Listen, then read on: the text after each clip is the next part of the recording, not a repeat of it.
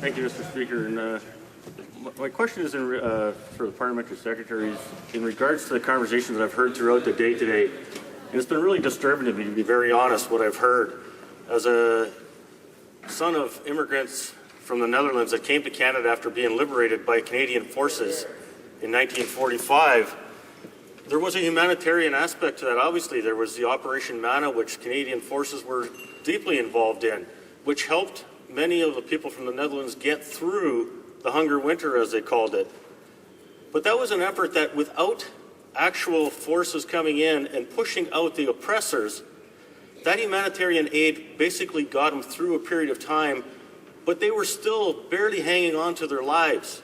And I just, I look back at history there and I think, if that attitude would have been in the Canadian Parliament at that time, the attitude I hear today, I just shiver to think of what would have occurred to my parents and their families going forward. And I wonder if the Parliamentary Secretary could speak to that issue and how disturbing that really is to us descendants of immigrant parents. The Honourable Parliamentary Secretary, you only have about 40 seconds. Well, Mr. Speaker, I think that's an excellent question. That's why Canadians will need to ask themselves, who is it that they want to lead this country as we move forward into the next several years? And just for an example, Iraq's religious minorities have been targeted under a campaign of sexual and gender-based violence. I'll just point out that Iraq's Christians, the situation for them. Hundreds of thousands have fled their homes, joining an estimated 1.8 million now displaced by the violence.